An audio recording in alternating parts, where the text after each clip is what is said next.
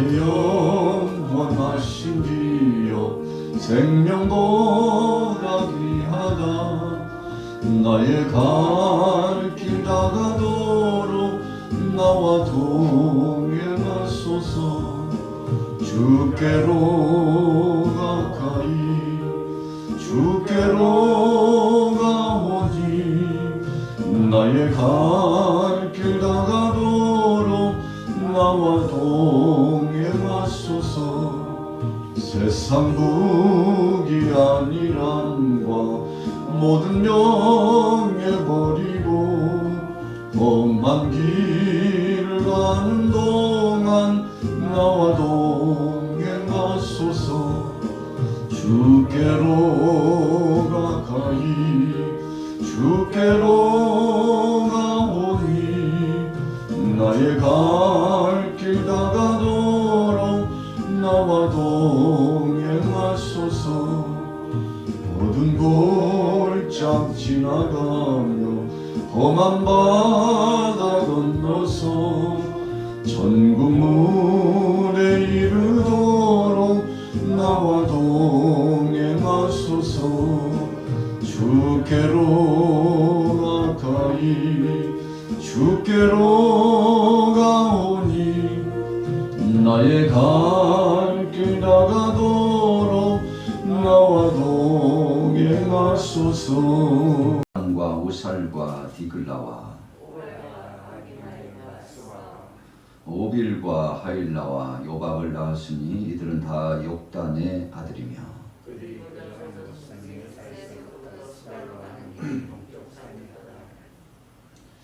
이들은 셈의 자손이니 그 족속과 언어와 지방과 나라대로였더라.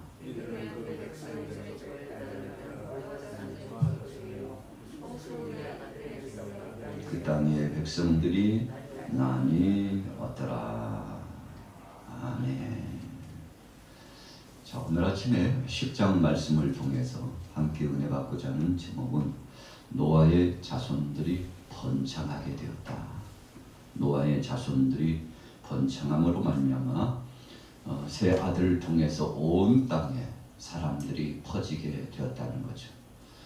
우리가 성경 역사를 보면 주요하게 노아 홍수 이전과 노아 홍수 이후로 그렇게 말할 수 있습니다. 적어도 구약 성경 속에서 그런 중요한 의미 부여를 생각할 수 있다는 것입니다.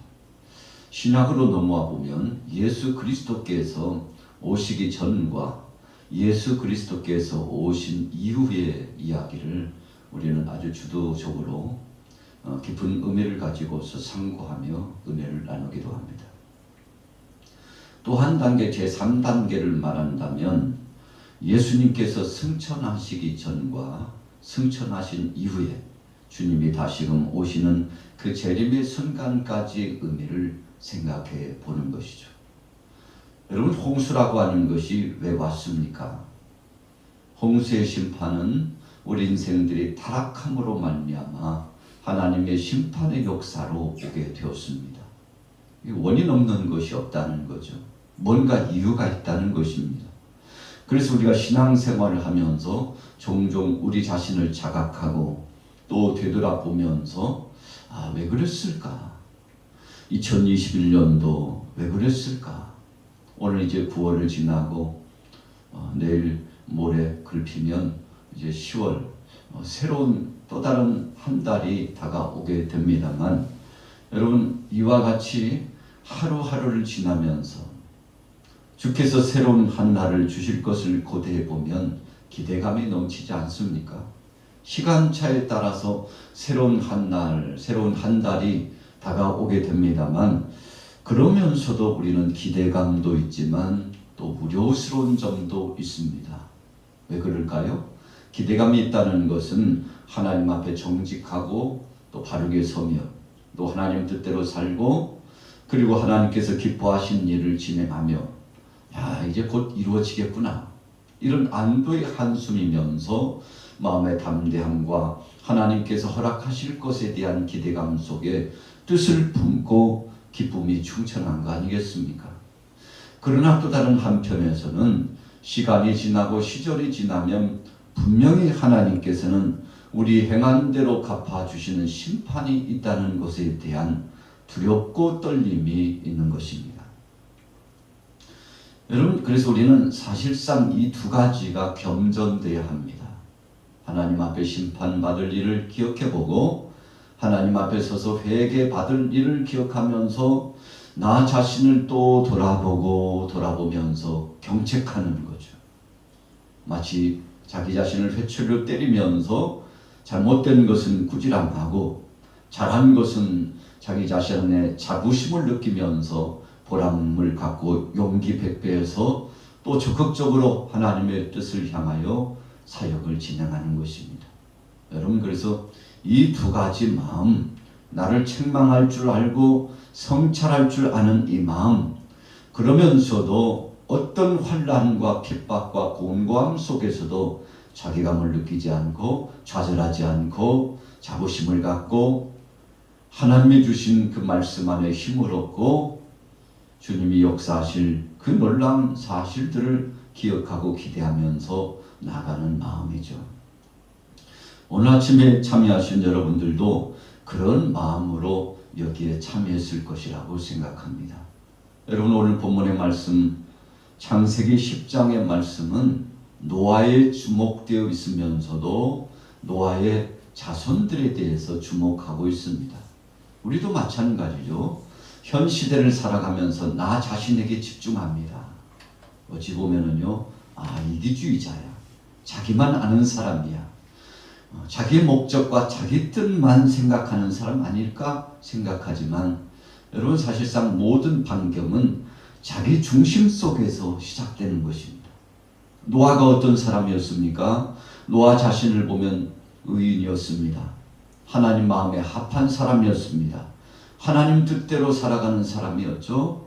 그래서 마침내 환난의 때에도 120년 동안 하나님의 말씀을 받고 방주를 만들면서 철저하게 자기 자신을 성찰하고 준비했던 사람 아닙니까?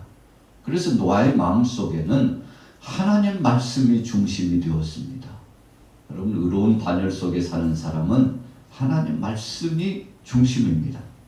그래서 120년 동안 방주를 만들었는데 그것에 대한 결과, 믿음을 지킨 결과는 어떻게 되었습니까? 노아 한 사람으로 끝나지 않았습니다. 자, 9장 1절에 보면 이렇게 말씀했죠. 하나님이 노아와 그 아들들에게 복을 주시며 그들에게 이르시되 생육하고 번성하여 땅에 충만하라 그랬어요. 여러분, 노아를 비롯해서 그 가족들에게 함께 주셨습니다. 왜 그랬을까요? 노아 한 사람 단신이서 믿음을 지켜나간 것이 아닙니다. 가족들이 영향력이 있었어요. 여러분, 그래서 한 사람이 믿음을 지키고 그 가족이 영향력이 있으면 같이 복을 누렸죠. 그러나 반대로 한 사람이 선한 삶을 살지 못하고 하나님의 뜻을 거스르면 그 사람으로 끝나지 않았어요. 그 가족들이 영향력을 받았어요. 조금 상반된 의미로 본다면 우리는 롯의 가정을 생각해 볼 수 있잖아요. 롯의 가정은 그렇지 못했어요. 롯 한 사람이 육신의 정욕, 안목의 정욕, 이생의 자랑, 이거 쫓아서 남방으로 계속 내려갔죠. 여러분, 왜 그렇게 내려간 것입니까? 도심지 중심, 사람 중심, 세상의 풍속 중심, 이렇게 내려갔죠. 여러분, 그 결과는 참 참혹했습니다.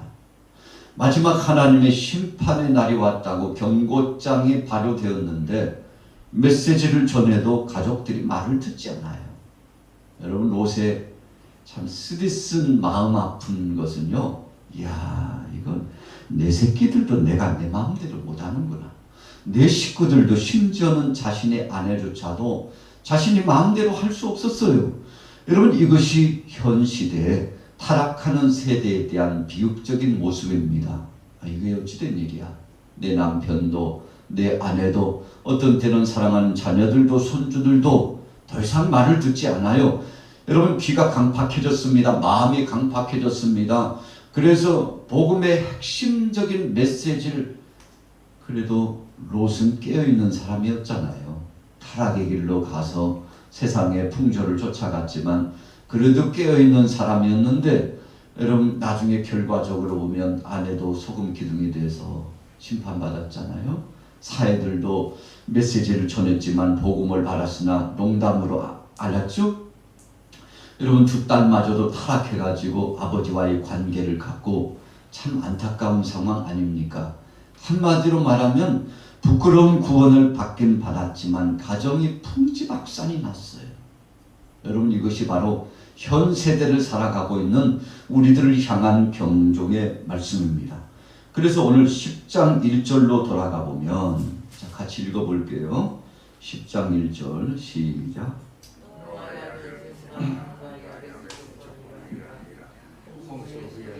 그들이 아들들을 낳았으니 여러분 홍수 후에 아들들을 낳고 하나님께서 번창할 수 있는 축복을 주셨는데 32절에 가보면 이렇게 말씀했어요. 10장 32절에 보면 이들은 그 백성의 족보에 따르면 노아 자손의 족속들이요 홍수 후에 이들에게서 그 땅의 백성들이 나뉘었더라 그랬어요. 여러분 참 복된 것입니다. 노아의 자녀 세 아들이 낳았는데 그 세 아들 까닭에 온 땅에 사람들이 퍼졌습니다. 물론 우리가 9장 말씀을 통해서 노아가 술 취한 중에 자녀들에게 수치를 드러내지 않습니까? 참 노아의 모습이 좋지 못했습니다. 자신의 몸을 가누지를 못했어요. 통제불능의 상태까지 갔다는 거 아닙니까? 어떻게 보면 노아가 잘하다가 참 타락의 길로 하나님 마음을 아프게 하고 자녀들에게는 범죄할 그런 상황을 조성했던 그 장본인 중에 한 사람 아닙니까? 사실상 노아에게도 큰 책임이 있는 것이죠. 여러분 홍수가 끝나고 그가 번제를 하나님 앞에 올려드림으로 하나님 앞에 헌신했던 사람 아니었습니까? 그러나 추태를 부리고 수치를 드러냈습니다. 그 중에 자녀 가운데 함이라고 하는 자녀는 아버지를 욕보였죠. 형제들을 불러가지고 아유 우리 아버지 봐. 아유 양아버지 노망하셨나 봐. 아버지를 욕보였어요. 수치를 알렸어요. 여러분 그런데 그 결과는 참 참혹했잖아요. 하나님께서는 저의 입의 말대로 그가 행한 대로 노아의 입술을 통해서 심판하셨는데 여러분 그러니까 이 말이라고 하는 것이 참 중요합니다. 어떤 말을 하고 사느냐에 따라서 삶이 달라져요. 어떤 생각을 하고 어떤 행동을 취하느냐에 따라서 복을 받기도 하고 저주를 받기도 한다는 아주 중대한 교훈을 우리가 받게 되었지 않습니까? 자, 우리가 10장의 말씀을 총론적으로 들어가기 전에 우리가 어제 상고했던 9장 20절 말씀을 한번 보겠습니다. 9장 20절에 보면 노아가 농사를 시작하여 포도나무를 심었더니 포도주를 마시고 취하여 그 장막 안에서 벌거벗은지라 그랬어요. 여러분 우리가 에베소서의 말씀에 술 취하지 말라 이는 방탕한 것이니 성령의 충만함을 받으라 그랬는데 노아가 술에 취해가지고 벌거벗었어요. 그 수치가 드러났습니다. 그런데 성경은 22절에 보면 가나안의 아버지 함이 그의 아버지의 하체를 보고 밖으로 나가서 그 두 형제에게 알림해 그랬어요. 하체를 보고 그랬어요. 여기서 알렸다는 것은요 흉봤다는 것입니다. 아유 형제들에게요 아버지가 지금 어떤 모습을 보이고 있는지 아느냐고 같이 가서 우리 구경할까 이런 거 아니겠습니까? 참 어르신이 왜 그러는지 몰라 안 하던 짓을 하고 그려. 여러분 이 모양 저 모양 아버지에 대한 흉을 봤던 이 아들의 모습 오늘 성경은 아름답지 못한 모습으로 비춰 말씀하고 있죠. 가나안의 아버지 함이 그랬어요. 그래서 그냥 함 그러지 않고 가나안의 아버지 함 이렇게 표현하는 것은 어찌 보면요 연대 책임을 묻고 있는 것입니다. 왜 굳이 성경은 가나안에 대해서 말씀했을까? 여러분 27절에 내려가 보면 26절부터 보면 이렇게 말씀했어요. 자, 25절부터 보겠습니다. 이에 이르되 가나안은 저주를 받아 그의 형제 종들의 종이 되기를 원하노라. 여러분, 이 함의 자손 이 가나안이 자꾸만 등장하게 되는데 아주 중요한 이유가 있다는 것입니다.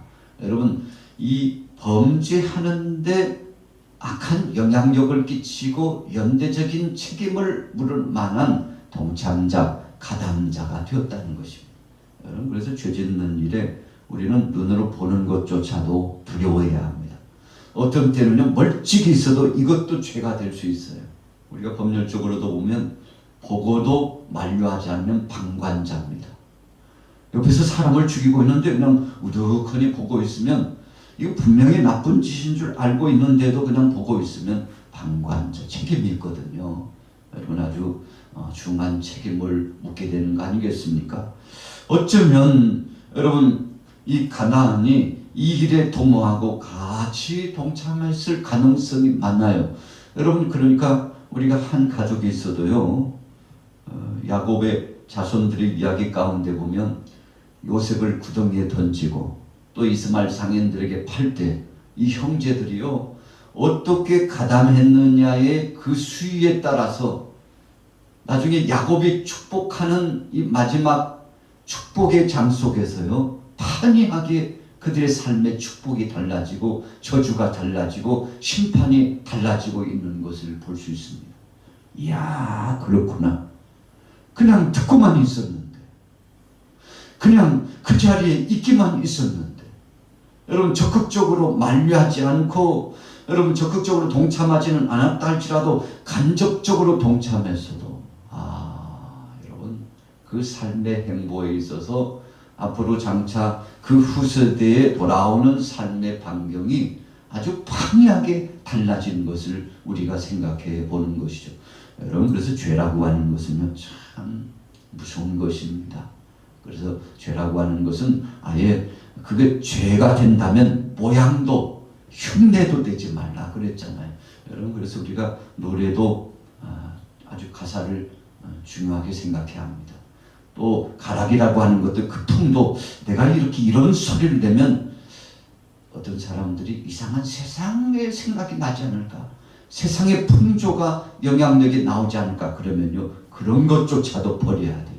어떤 사람들은 유행가, 아주 유명한 유행가를 가지고 그냥 가사만 바꿔가지고 막 흥이 나가지고 그것을 찬송으로 하는 사람이 있는데 굉장히 고려해 봐야 될 내용입니다. 왜 그런가 하면요, 그렇게 함으로써 그 소리를 듣는 동안에 세상의 생각에 집중하게 되면요, 이건 아닌 것 같은데 한 번쯤은 돌이켜 봐야 돼요. 여러분, 그만큼 악은 모양이라도 흉내도 내지 말라 했기 때문에 오늘 여러분, 함의 자손들이요, 두 형제에 비해서 저주와 심판을 받잖아요. 참 안타까운 상황 아닙니까? 그런데 이 종족들이 번창해 나가는데, 자 보십시오. 27절 한번 같이 읽어볼까요? 27절, 10장 27절 시작.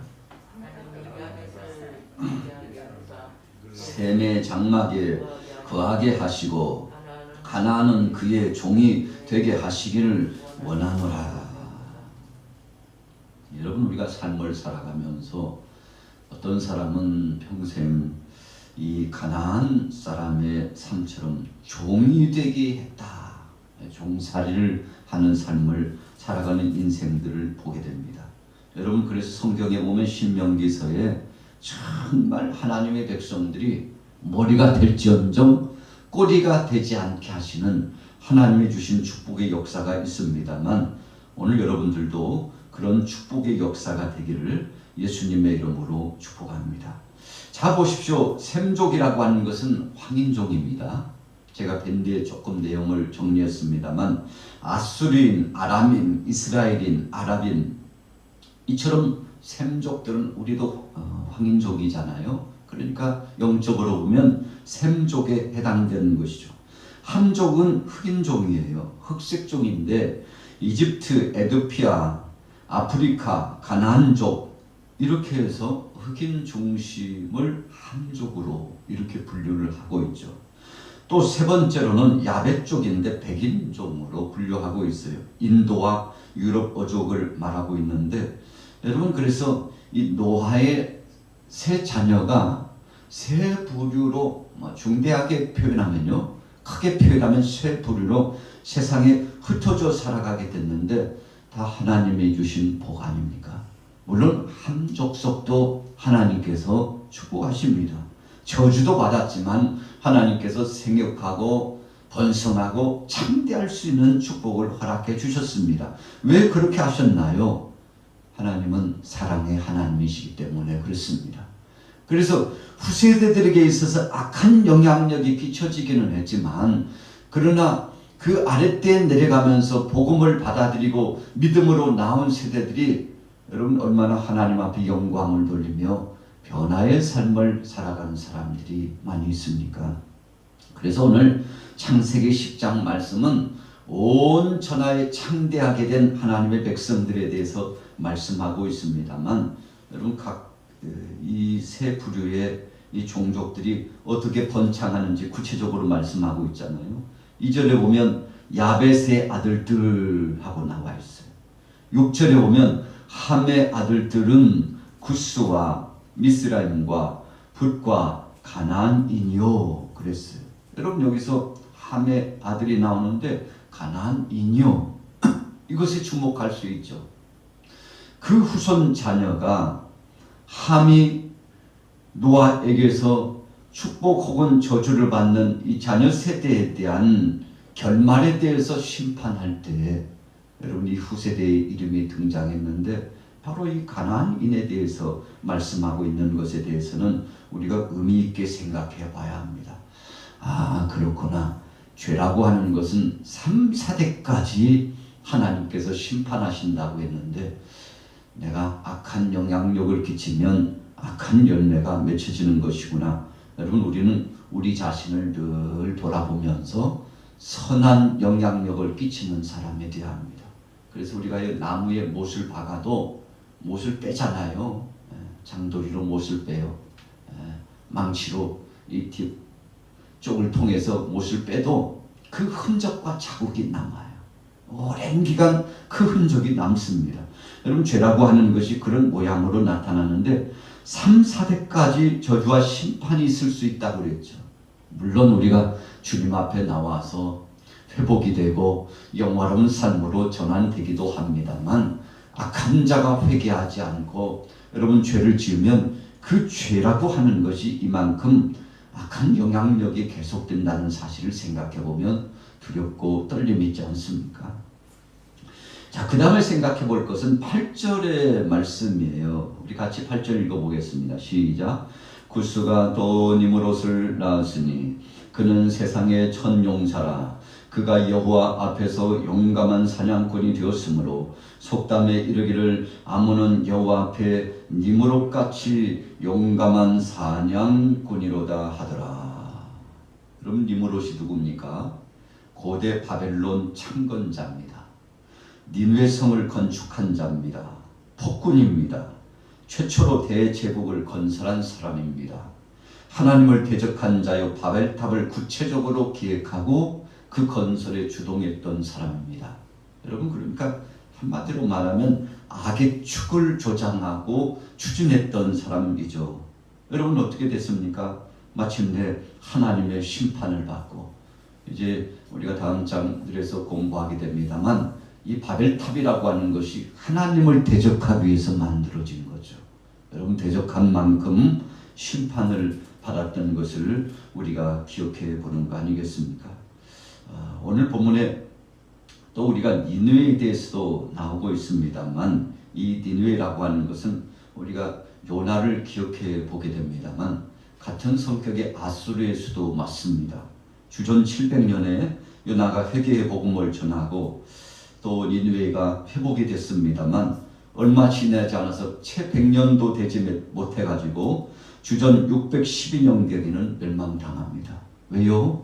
회개해서 하나님의 구원했지만 다시금 타락하고 하나님을 거스리고 나가서 마침내 멸망함을 당했던 것을 우리는 기억합니다. 여러분 오늘 본문 말씀을 통해서 인류가 새 부류의 줄기로 퍼져나갔던 노아 홍수 이후에 창대해졌던 역사를 기억해 봅니다.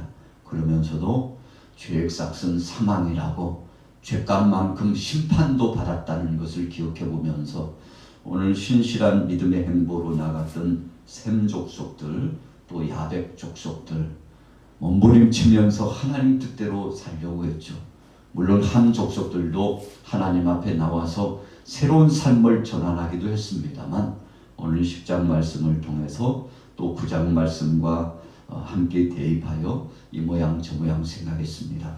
오늘 하루 동안 여러분들의 삶이 윤택한 삶이 되시고 정말 하나님을 기쁘시게 하는 복된 삶이 되시기를 예수님의 이름으로 축복합니다. 주님의 새 생명 얻은 몸 옛것은 지나고 새 사람이로다. 그 생명 내 맘에 강같이 흐르고 그 사랑 내게서 해같이 빛난다. 영생을 누리며 주 안에 살리라. 오늘도 내일도 주 함께 살리라. 주 안에 감추인 새 생명 얻으니 이전에 좋던 것 이제는 값없다.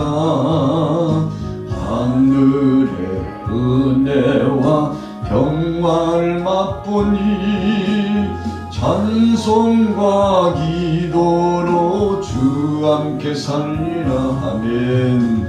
영생을 누리며 주 안에 살리라.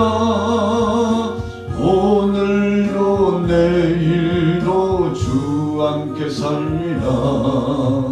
삼천도 초목도 새 것이 되었고 죄인도 원수도 친구로 변한다.